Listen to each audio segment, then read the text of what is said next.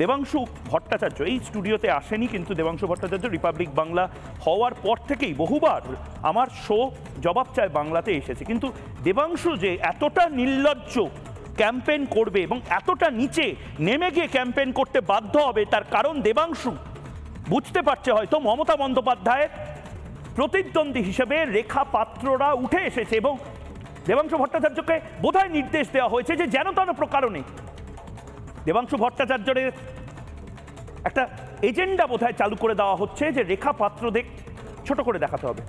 রেখা পাত্রকে ছোট করে শুধু দেখানো নয়, দেবাংশু বা তৃণমূল কংগ্রেসের যারা যারা রেখা পাত্রের স্বাস্থ্যসাথী কার্ড ডিটেলস টুইট করেছেন, ইনক্লুডিং অল ইন্ডিয়া তৃণমূল কংগ্রেসের অফিসিয়াল টুইটার হ্যান্ডেল থেকে একটা দায়িত্বশীল পার্টি যেটা রাজ্যের নয় দেশের ইলেকশন কমিশনে রেজিস্টার্ড, সেই দল কতটা নির্লজ্জভাবে একজন মহিলা, একজন তপশিলি সম্প্রদায়ের মহিলাকে আক্রমণ করতে পারেন শুধুমাত্র শাহজাহান গ্যাংকে সাপোর্ট করার জন্য। দেখুন এই মুহূর্তে দেখুন স্বাস্থ্যসাথীর কার্ড যে নম্বর যেটা ফাঁস করে দেওয়া হয়েছে, দুয়ারে সরকারের রেজিস্ট্রেশন নম্বর যেটা ফাঁস করে দেওয়া হয়েছে, মোবাইল নম্বর যেটা ফাঁস করে দেওয়া হয়েছে, SC ST তথ্য যেটা ফাঁস করে দেওয়া হয়েছে, কার? রেখা পাত্রের ব্যাংক অ্যাকাউন্টের তথ্য যেটা ফাঁস করে দেওয়া হয়েছে শুধুমাত্র তৃণমূল কংগ্রেসের নিজেদের এজেন্ডাকে খুশি করবার জন্য। স্বাস্থ্যসাথী কার্ডের নম্বর ভাবুন, একটা দায়িত্বশীল সংবাদ মাধ্যম হিসেবে আমরা যদি ব্লার করে দেখাতে পারি, একটা দায়িত্বশীল পার্টি মিনিমাম যদি লজ্জা থাকে, একটা প্রান্তিক মহিলা তার স্বাস্থ্যসাথীর কার্ডের ডিটেল সেটা টুইট করে দিচ্ছে যেখানে তার ব্যাংক অ্যাকাউন্ট নম্বর আছে। ব্লার করতে হয়। দেবাংশু, তমলুকে প্রার্থী হচ্ছ, তমলুকের প্রার্থী হওয়ার আগে বেসিক কম্পিউটারটা শেখো। তৃণমূল কংগ্রেসের মুখপাত্রদের বলছি, বেসিক জায়গাগুলো শিখুন, সভ্যতা ভদ্রতা শিখুন। একজন মহিলা, সেই মহিলার SC ST সার্টিফিকেটের নম্বর আপনি জনসমক্ষে নিয়ে আসছেন, তার মোবাইল নম্বর জনসমক্ষে নিয়ে আসছেন, তার স্বাস্থ্যসাথী কার্ডের নম্বর জনসমক্ষে নিয়ে আসছেন, তার আধার কার্ডের নম্বর জনসমক্ষে নিয়ে আসছেন, তার দুয়ারে সরকারের নম্বর আপনি জনসমক্ষে নিয়ে আসছেন, এই সমস্ত কিছু নিয়ে আসছেন, তার অ্যাড্রেস সহ পুলিশ স্টেশন সন্দেশখালী। কাল যদি রেখা পাত্রের কিছু হয়ে যায়, কাল যদি রেখা পাত্রের ওপর আবার আক্রমণ হয়, তার দায়িত্ব কি মমতা বন্দ্যোপাধ্যায় নেবেন? তার দায়িত্ব কি দেবাংশু ভট্টাচার্য নেবেন? তার দায়িত্ব কি অল ইন্ডিয়া তৃণমূল কংগ্রেস নেবে? যদি না নিয়ে থাকে তাহলে এই পাবলিক ডকুমেন্ট কি করে দেওয়া হলো প্রাইভেট ডকুমেন্টকে? রাজ্যে তার মানে কোনো ধরনের কোনো তথ্য সুরক্ষিত নয়। এই যে বড় বড় কথা বলেন না, মোবাইলে ট্যাপ করে নিচ্ছে, এই করে নিচ্ছে, ওই করে নিচ্ছে, আসল ট্যাপ কারা করছে, আসলে কারা লিক করে দিচ্ছে নিজেদের ব্যক্তিগত ডকুমেন্ট? Criminal offence. এবং এই ক্রিমিনাল অফেন্স হচ্ছে এমন একটা সময়, যে সময় বিজেপি প্রার্থী হিসেবে দাঁড় করিয়েছে রেখা পাত্রকে। এবং এই মুহূর্তে যে আমরা ব্রেক করেছিলাম, যে খবর, দেশের তপশিলি কমিশনার এবং দেশের মহিলা কমিশন এবং SC ST কমিশন, তাকে চিঠি লিখে রেখা পাত্র বলেছেন যে আমি নিরাপত্তাহীনতায় ভুগছি। এবং শুধু তাই নয়, এটা গর্হিত অপরাধ। অভিষেক বন্দ্যোপাধ্যায়ের এভাবে আধার কার্ড নম্বর, এভাবে পাসপোর্ট নম্বর, এভাবে একের পর এক যে প্রাইভেট ডকুমেন্ট, অভিষেক বন্দ্যোপাধ্যায় কোন ফোন ইউজ করেন, মমতা বন্দ্যোপাধ্যায় কোন ফোন ইউজ করেন, এটা এত সহজে বের করে দেওয়া যায়? মহুয়া মৈত্রের এত সহজে যে প্রাইভেট ডকুমেন্ট আছে সেগুলোকে লিক করে দেওয়া যায়? করতে পেরেছেন তার কারণ ওই যে বললাম, গঞ্জের নাম শ্রেণী সংগ্রাম। ঠিক, মহুয়া মৈত্রের এই সমস্ত কিছু লিক করে দেওয়া যায় না। লিক করে দিলে অনেক বড় বড় নেতারা, অনেক বড় বড় মন্ত্রীরা টুইট করতে শুরু করেন। আর রেখা পাত্র ভেবেছিলেন যে রেখা পাত্রের পাশে কেউ দাঁড়াবে না, করে দিই লিক, ভয় পাইয়ে দিই, হোক অ্যাটাক।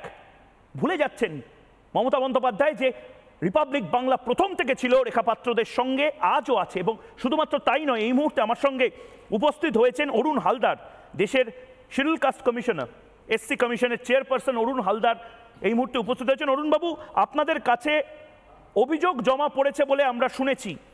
এটা তো একটা ভয়ঙ্কর দিক, যেখানে প্রার্থী, তপশিলি প্রার্থী, সেই প্রার্থীর সমস্ত detail, phone number, Aadhaar card number, দুয়ারে সরকারের card number, Swasthya Sathi card number, কোথায় থাকেন, SC আইডেন্টিটি, তার পাশাপাশি SC সার্টিফিকেট কবেকার, সমস্ত কিছু লিক করে দেওয়া হলো পাবলিক ডকুমেন্টে, এবং এটা নিয়ে উল্লাস প্রকাশ করা হচ্ছে। এই নারকীয় উল্লাস তৃণমূল কংগ্রেস করছে।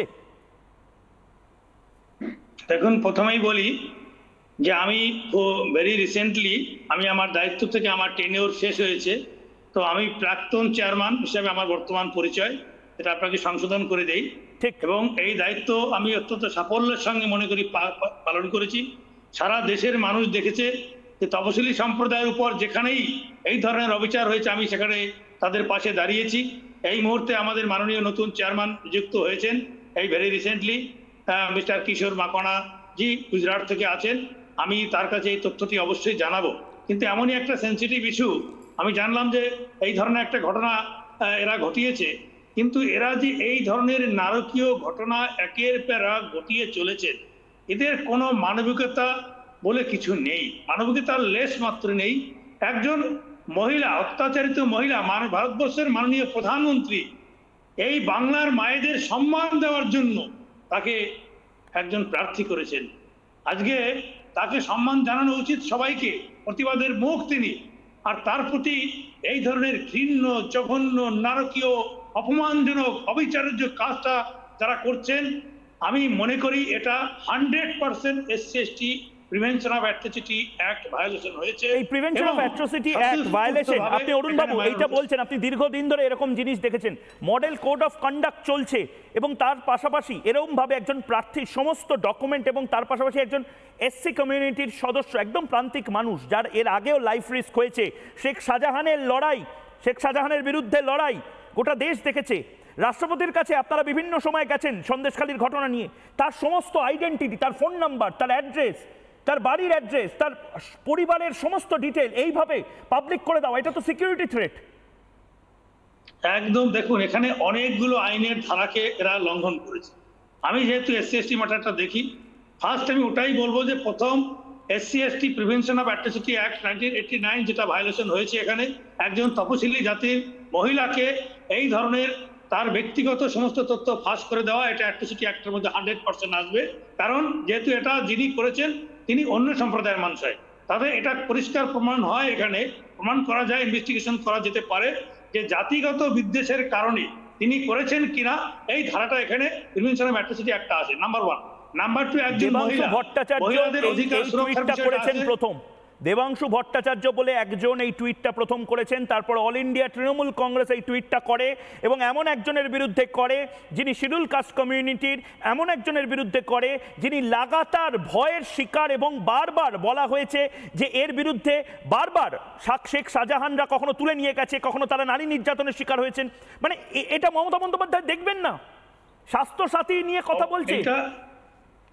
এখন আমি এখানে আরেকটা কথা যোগ করতে চাই, যেহেতু এখন রাজ্যের শাসন ব্যবস্থার দায়িত্বে নির্বাচন কমিশন এসে গেছেন, তো এখানে চাইলে নির্বাচন কমিশনও স্বতঃস্ফূর্তভাবে একজন ক্যান্ডিডেটের ব্যক্তিগত সুরক্ষা, তার সমস্ত কিছু তথ্যকে ফাঁস করে দেওয়ার অপরাধে ইলেকশন কমিশনও চাইলে এর বিরুদ্ধে মামলা করতে পারে, এবং সেখানেও প্রিভেনশন অফ অ্যাট্রোসিটি অ্যাক্ট লাগিয়ে প্রার্থীপদ কি বাতিল হতে পারে?